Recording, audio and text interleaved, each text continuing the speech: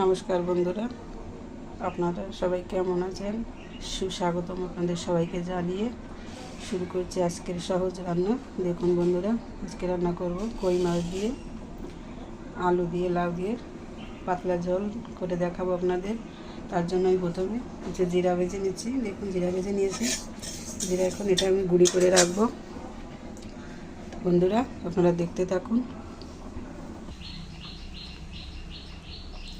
বন্ধুরা, আমি জিরার গুঁড়ি করে নিচ্ছি। দেখুন, যেখানে নিয়েছি ভাজা জিরা, এটা এখন গুঁড়ি করে নিচ্ছি। তো বন্ধুরা, আপনারা দেখতে থাকুন। আমি একসাথে অনেকটা করে রাখি, সবসময় করা লাগে না, করে একটা কৌটা করে রাখি, তারপর রান্নার সময় সেটা ব্যবহার করি। তো বন্ধুরা, আপনারা দেখতে থাকুন। তো বন্ধুরা দেখুন, আমি জিরার গুঁড়োগুলো করে নিয়েছি, কত সুন্দর মিহি করে বেটে নিয়েছে। দেখুন বন্ধুরা, তো এখন আমি এটা কাগজে তুলে নেব।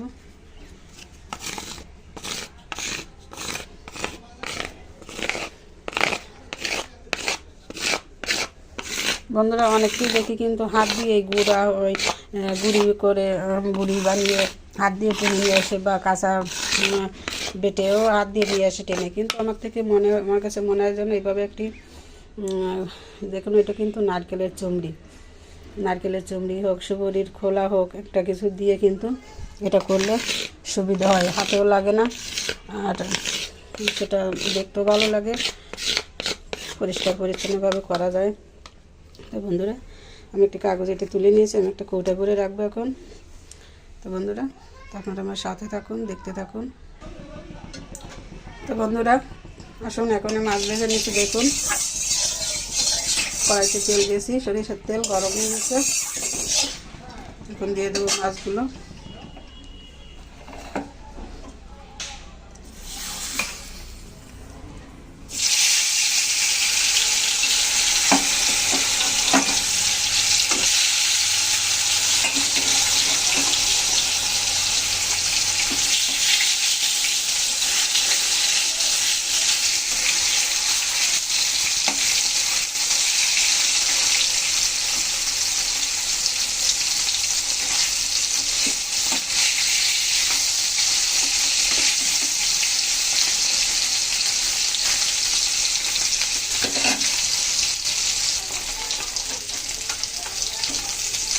মাছগুলো উল্টে দিচ্ছি।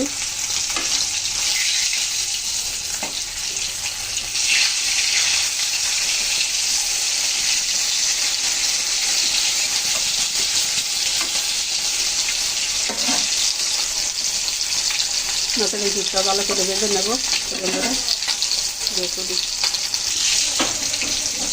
বন্ধুরা দেখুন, মাছের পাঁচটা ভাজা হয়ে গেছে, এখন তুলে নিচ্ছি।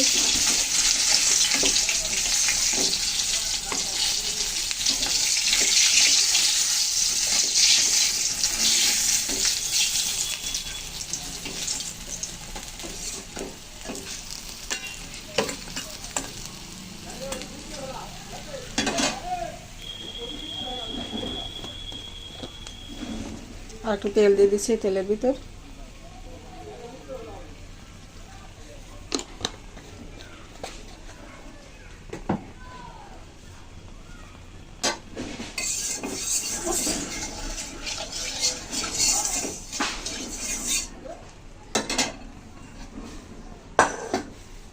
বন্ধুরা, তেল গরম হয়ে গেছে, এখন ফোড়নে দিয়ে দিচ্ছি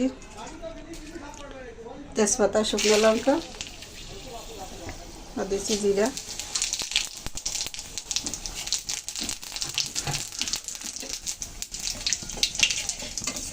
ভালো করে ভেজে নিয়েছে ফোড়ন। এখন দিয়ে দিচ্ছি আলুগুলো আগে।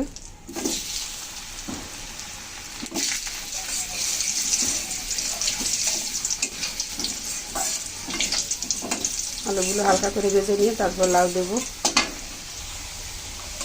বন্ধুরা, আলুগুলো হালকা করে দেখুন ভেজে নিয়েছি, এখন দিয়ে দিচ্ছি কেটে রাখা লাউ।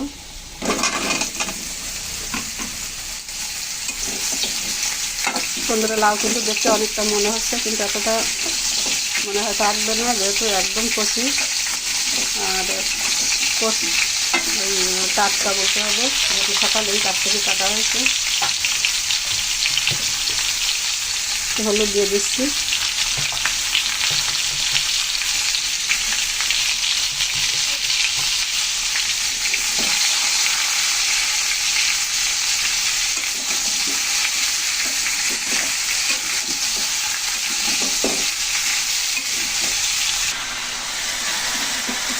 তো বন্ধুরা দেখুন, লাউ কিন্তু কতটাই মনে হচ্ছিল দেওয়ার সাথে কড়াইতে, কিন্তু এখন কিন্তু দেখুন কষাতে কষাতে করে অর্ধেক হয়ে গেছে। এখন এই পর্যায়ে এসে আমি দিয়ে দেবো 1 চামচ লঙ্কার গুঁড়ি,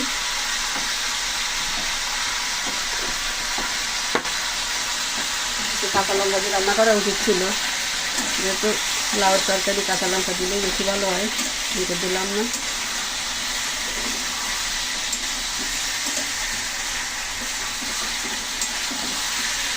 একদম টাটকা লাউ, আজকে গাছ থেকে পাড়া হয়েছে। এটা হচ্ছে আমার বাসুরের ঘেরের লাউ। দেখুন বন্ধুরা, কষাতে কষাতেই কিন্তু মনে হচ্ছে যেন লাউ অর্ধেক রান্না হয়ে গেছে। এখন আমি জল দিয়ে দেবো।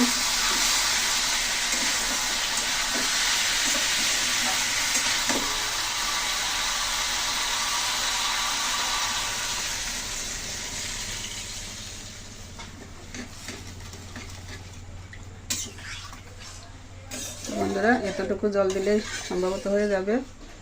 লাউ তো এমনিতে জল বেরোবে অনেকটাই। তো বন্ধুরা দেখতে থাকুন।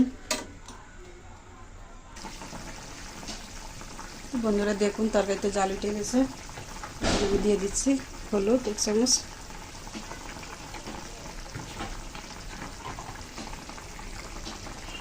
দিচ্ছি 1/2 চামচের মতো চিনি, যেহেতু বন্ধুরা লাউয়ের তরকারি একটু মিষ্টি মিষ্টি হলে ভালো লাগে।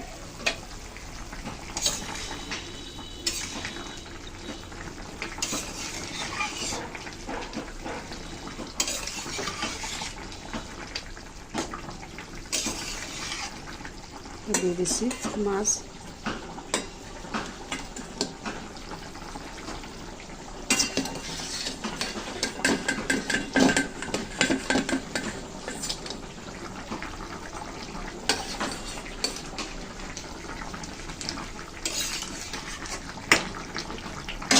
এখন আমি ঢেকে দিয়ে কিছু সময় রান্না করব।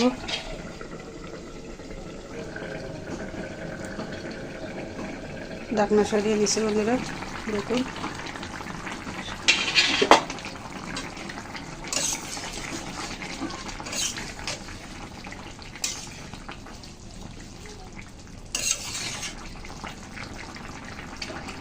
লাউ কিন্তু গলে গেছে। বন্ধুরা দেখুন, আমি আবারও ঢাকা দেবো, আরও কিছু সময় রান্না করবো ঢাকা দিয়ে। তো বন্ধুরা ঢাকনা তুলে নিচ্ছি। দেখুন বন্ধুরা, আপনাদের দেখে কিন্তু আমি দূরে চলে গেছিলাম, তার মানে হচ্ছে আমি জল আনতে গেছিলাম 1 কলস, বেশ খানিকটা পথ। তো বন্ধুরা আপনারা যদি দেখতে চান আমি কোথা থেকে জল আনি, রান্নার জল, তাহলে তার ভিডিও যদি দেখতে চান কমেন্ট করে জানাবেন, আমি দেখিয়ে দেবো। এত সুন্দর জল আপনারা দেখলে অবাক হয়ে যাবেন। দেখুন কতটা জল পড়ে গেল, যে এটা যে ঘেরের জল সেরকম মনে হয় না, যেন মনে হয় কি কোনো দিঘির জল। দিঘির জল যেমন স্বচ্ছ একদম চকচক করে পরিষ্কার, ঠিক সেরকম। তো বন্ধুরা দেখুন, আমি এই তরকারি ঢাকা দিয়ে আমি সেখানে গেছিলাম জল আনতে।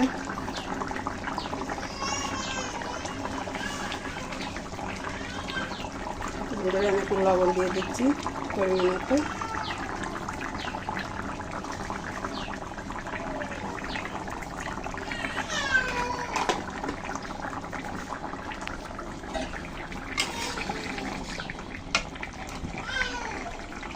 মিশিয়ে নিচ্ছি ভালোভাবে।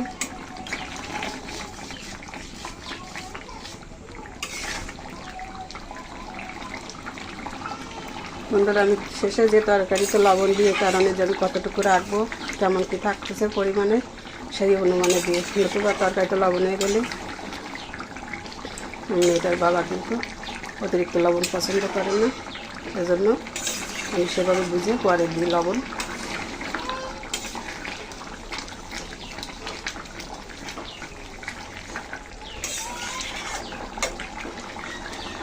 তারপরে আমি আর একটু জাল করবো। বন্ধুরা সাথে থাকুন।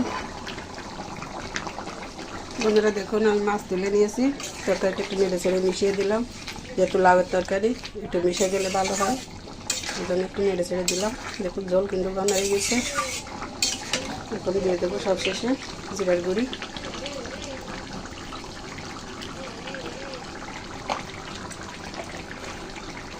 হাফ চামচের মতো দিলাম।